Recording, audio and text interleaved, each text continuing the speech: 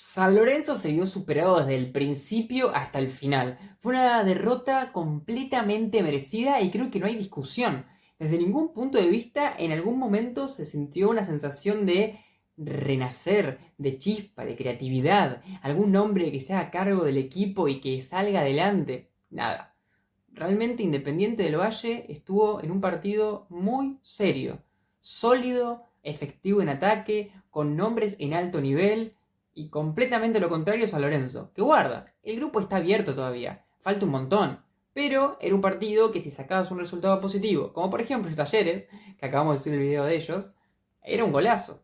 Y ahora mismo no solamente perdiste, que era una posibilidad, sino que dejaste una imagen floja y que encima interviene directamente la confianza de los jugadores. Por tanto, mala noche para los de Boedo, que vamos a ver qué pasó en este partido a través del siguiente análisis. Que evidentemente hay muchas cosas para hablar y si bien San Lorenzo tiene la mayoría de factores en su contra, alguna cosa buena vamos a sacar. Desde el punto de vista del planteo, San Lorenzo fue lógico. Y esto no quiere decir que haya estado bien, sino que tiene sentido común lo que hizo en un principio. Si sabíamos que iba a ir a buscar un empate o como mucho a buscar una victoria a través de un partido que no domine con iniciativa, tener un principio en el que se nota que estás ordenado, que intentás seguir la pelota, que haces la clásica basculación de un lado para el otro para que el rival no pueda aprovechar los espacios, que tenés jugadores férreos en la marca que se esfuerzan, como puede ser Irala o Perruzzi,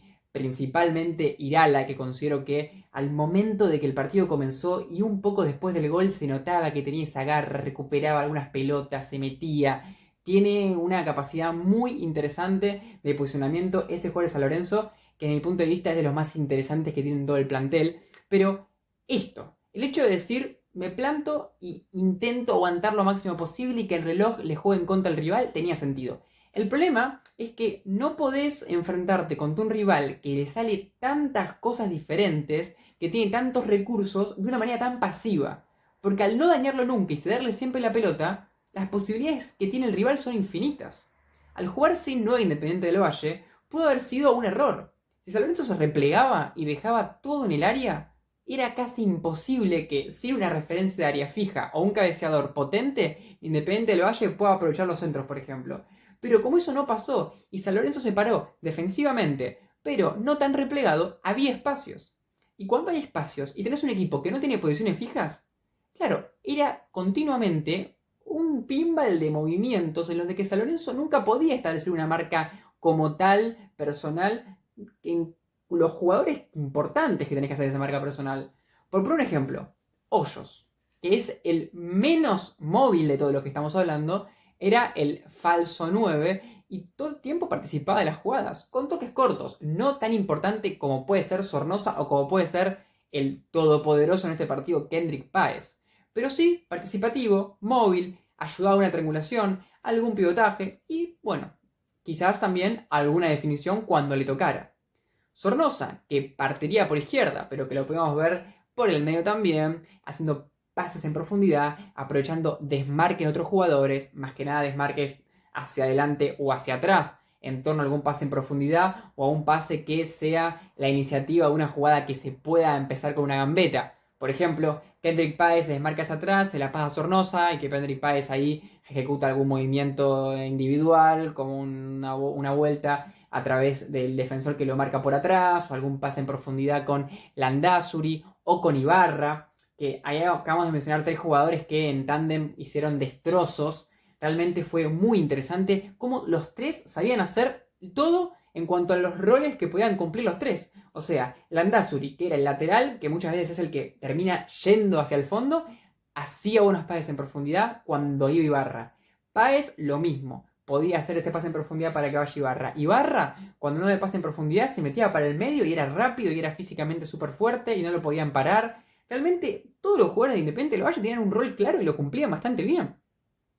Kendrick Páez estuvo intratable y fue el que rompe el partido. En ese contexto que hablábamos medio homogéneo, en el que San Lorenzo estaba haciendo las cosas relativamente bien, pero que ya estaba empezando a sufrir poco a poco estos recursos, ¿no? Estos desmarques, esta movilidad, los pases de Sornosa, llega Kendrick Páez y te genera un penal. Y empezás a perder 1-0. Así de simple, con una facilidad en la que vos decís, simplemente tiene un jugador talentoso que me genera un penal o genera ocasiones de gol. Y es que al final, por eso el fútbol siempre se habla de nombres y por eso al final es lo más mediático lo que tiene referencia a la jerarquía.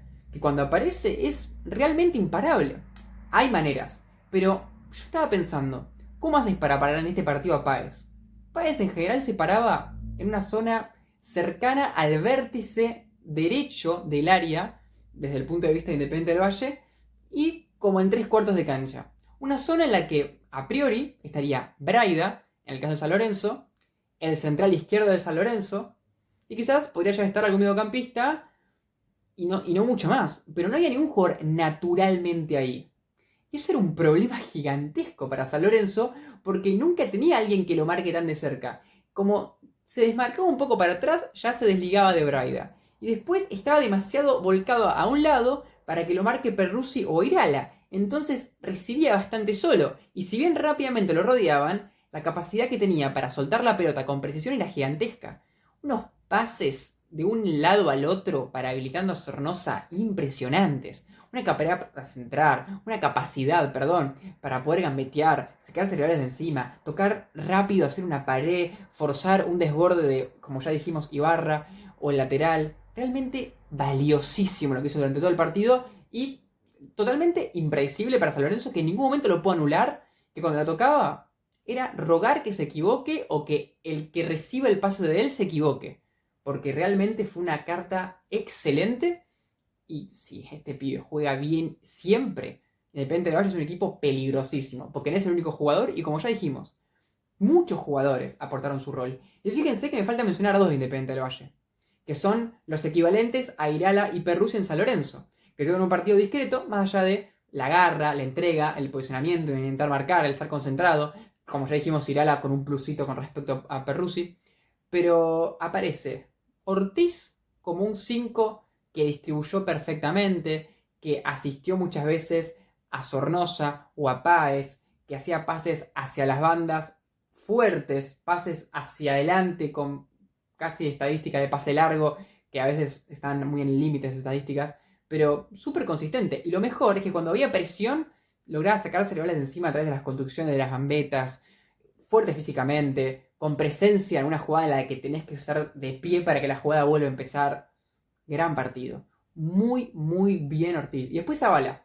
Que Zavala es menos participativo que Ortiz, pero sus participaciones son más destacadas, son más lúcidas. En el caso de que quizás, como recibe un poco más adelantado, tiene algunos pases que son más arriesgados. Y por tanto, si está poco preciso y encima son pases más arriesgados, es posible que tengas un partido más flojo. Y fue un poco el caso. Pero así todo, nuevamente, cuando había presión, muchísimas veces se sacaban los rivales encima, tanto Ortiz como Zavala, pisando la pelota, cuidándola, entre los dos pasándosela.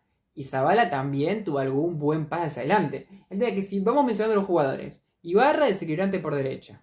Sornosa, buenos pases en profundidad, presencia en el área, pisar el área. Hoyo, presencia en el área, presencia fuera del área como pivot, continuidad en el juego, ayudando, tocando alguna pelota, una triangulación. Páez, ya lo dijimos, la fibra del partido. Los laterales, súper participativos. Ya dijimos el derecho.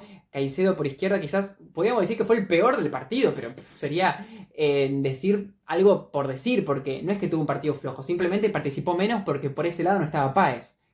Entonces, también tuvo su rol y muchas veces Sornosa lo soltó y participó más que cualquier lateral de San Lorenzo en el partido. Y después, dos jugadores nos falta mencionar, que son Carvajal y Junque. Junque, en el 1-0, es el que le da un pase en profundidad. En realidad, bueno, es subjetivo decir en profundidad, pero un pase largo, cruzado, a Páez. Que ahí Páez controla y genera el penal. Junque tuvo un partido con muy buenos pases. Desde atrás, los dos centrales fueron muy buenos en ese rol. San Lorenzo, la presión le salió mal, le hizo desorganizada, le hizo de a un solo jugador y eso solamente cansaba al jugador y encima estaban lucios los jugadores independientes de la Valle y se los gambeteaban. Y San Lorenzo, si hablamos de juego colectivo, Irala y Perruzzi no tuvieron capacidades casi nunca de hacer nada. Capaz que sí de recuperar, pero después no. Perito Barrios, muy poco contacto con la pelota. Todo lo contrario a Sornosa o a Páez, que eran los habilidosos del equipo rival y que tenían mucho contacto con la pelota, no. Barrios casi nada. Siempre muy perdido, porque claro, el equipo rival le tocaba mucho la pelota y lo poco que le tenía San Lorenzo, lo peor es que Independiente del Valle también lograba tener una recuperación tras pérdida o un retroceso que en general estaba bien ejecutado. y como encima San Lorenzo cuando recuperaba no soltaba con precisión las contras o las jugadas de transición, tampoco servía. Flojo el Perrito Barrios, que termina saliendo en el segundo tiempo, que tampoco era muy importante. Vareiro extra, hiper aislado. Y yo me quedé con los centrales, que para mí son los menos culpables del partido, porque realmente eran los que estaban al final de todo. Y la peligrosidad de Independiente del Valle venía de cómo desbordaban a los demás. Y claro, si ya te viene Páez al área, es difícil hacer algo. O ya tenés una jugada en la de que te desbordaron o en la que no se pudo hacer nada, y una vez que estás en el área es más complicado. Más cuando ya hay tanta ventaja para el rival. Y bueno, el arquero para mí no tiene la culpa, tampoco el Tamirano. Y Braida, para mí fue el mejor, evidentemente. Con entrega, con defensa, teniendo que pelear con Páez, ahí también con una banda que era complicadísima, bastante bien defendió, bastante intentó atacar. Pero realmente, vamos a hacer una analogía con el partido de Talleres, por ejemplo. Que Talleres tampoco tenía muchas ideas, tuvo un partido que para mí fue un poco flojo, pero obviamente con más recursos en cuanto a la jerarquía, en cuanto a los nombres, en cuanto al banco. Iba hacia adelante, tenía entrega, tenía como una sensación de que aunque sea estaban yendo. San Lorenzo no tenía los recursos para poder tener esa entrega mínima para ir a descontar. Quiero que quede claro de que si elogiamos Independiente del Valle es porque hizo un buen partido, pero tampoco creo que haya sido un partido como para que San Lorenzo pierda 3-0, 4-0. Simplemente fue un 2-0 muy merecido, en el que no tuvo nada que hacer San Lorenzo. Pero hasta hay veces de que, por ejemplo, vos podés perder 4-1 y tener un partido en el que quizás el rival fue muy efectivo, o vos no fuiste muy efectivo y por esa razón no pudiste meter goles en los momentos acordes. Pero este tipo de partidos, en los que perdés 2-0, pero sin hacer casi nada, viendo superado en defensa, sin tener relevancia en ataque, tocando un poco la pelota, pongamos a pensar, ¿qué tan común puede ser que un duelo entre dos equipos que pelean el segundo lugar, un equipo vaya ganando desde el principio del partido y el otro nunca reaccione? Por lo general, uno ve un partido de fútbol en el que hay dos equipos parejos que están peleando algo, y si uno va ganando, el otro es el que va a tener la pelota y el otro es el que va a tener mejor tramo de partido mientras vaya perdiendo. Al menos en iniciativa. Al menos en decir, bueno, tiros al arco, tiros centros, algo. San Lorenzo prácticamente nada. Tuvo poco volumen hasta en ese sentido. Ni siquiera en la desesperación pudo atacar. Realmente intrigante, porque venía de un partido interesante contra Palmeiras, más allá de jugar juego con suplentes el equipo brasilero. En este partido, todo eso que se dio ese partido no se vio. Para mí es más mérito de Independiente del Valle y que San Lorenzo, más allá de ese partido, viene teniendo un rendimiento en general muy parecido a este, en cuanto a que no es un equipo que tiene un rendimiento alto.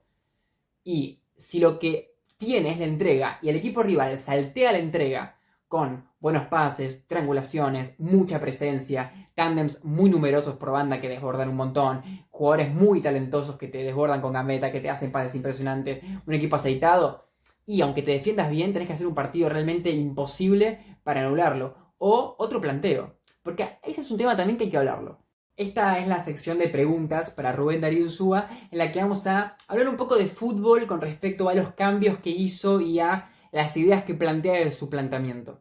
Por un lado, 4-2-3-1 para empezar. Es contradictorio con lo que el equipo hace cuando empieza el partido. Esto podemos deducir que es porque el rival fue más agresivo de lo que se esperaba, o tuvo un mejor manejo de lo que se esperaba, o vos tuviste un peor manejo de las transiciones de lo que esperabas.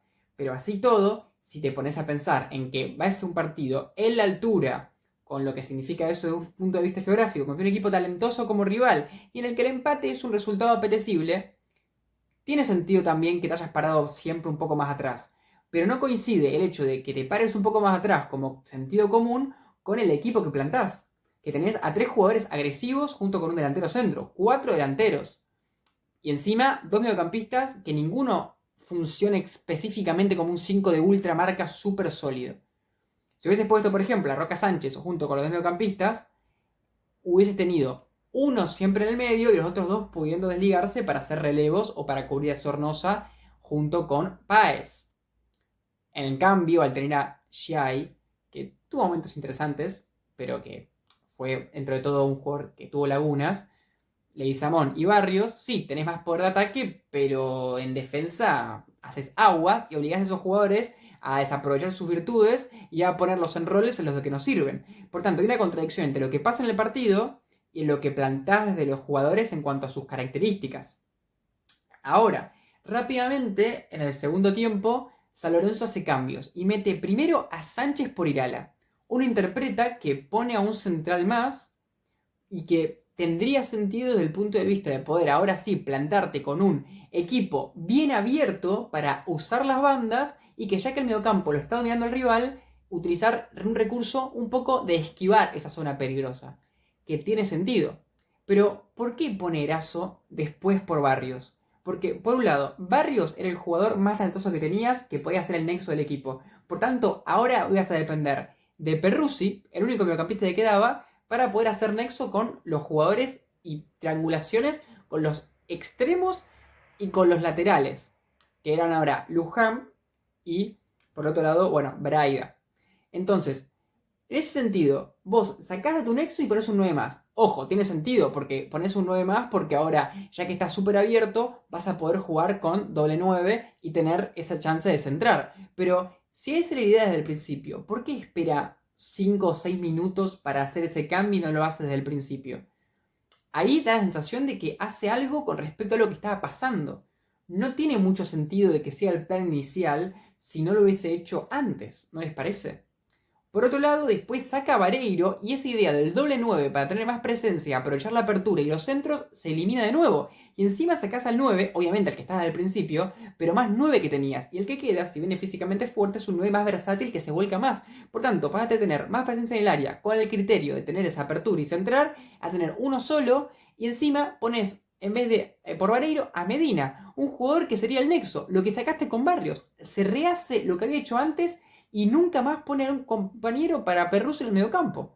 Simplemente jugadores muy arriba o muy abajo. No había ningún jugador en el medio. Y el que tenías lo sacás y después lo intercambiás los cambios haciendo una contradicción que no encuentro el sentido. Yo entiendo de que hizo algo y como no le funcionaba, intentó rehacer o fortalecer lo que había debilitado, pero lo fortaleció muy poco. Usó 3 cambios nomás en todo el partido. Entiendo que San Lorenzo no tiene un gran plantel, pero aunque sea poner un juvenil con ciertas características o algún jugador que tenías por ahí, porque la banca obviamente tenías más jugadores, hubiese sido interesante. Yo entiendo que la pelea del mediocampo no la quiso disputar y creo que es algo válido, es un recurso interesante el de abrirse, inclusive teniendo en cuenta que Sánchez es un defensor que dentro de todo podemos llamarlo semi-mediocampista, pero de ahí muy poco sentido. ¿Por qué no hacer los dos al mismo tiempo? ¿Por qué cambiar sobre la marcha lo que habías hecho? Bueno, son preguntas que a mí me surgen y si ven, como ya les digo, el sustento está en lo de Vareiro, en que quiso recomponer lo que había hecho antes y poner a Medina. En lo de Eraso, en tener más presencia en el área. En lo de Sánchez, supongo yo que en establecer del todo la línea de 5. Pero creo que se olvidó de un factor clave, que es que no solamente estar adelante y centrar es lo que te hace ser peligroso. Si eso lo haces con una triangulación o con más jugadores que estén presentes en el área, va a ser mucho más interesante. Y el hecho de tener eso, necesitas tener un equipo que se mueva en conjunto, no aislado en bandas arriba y atrás.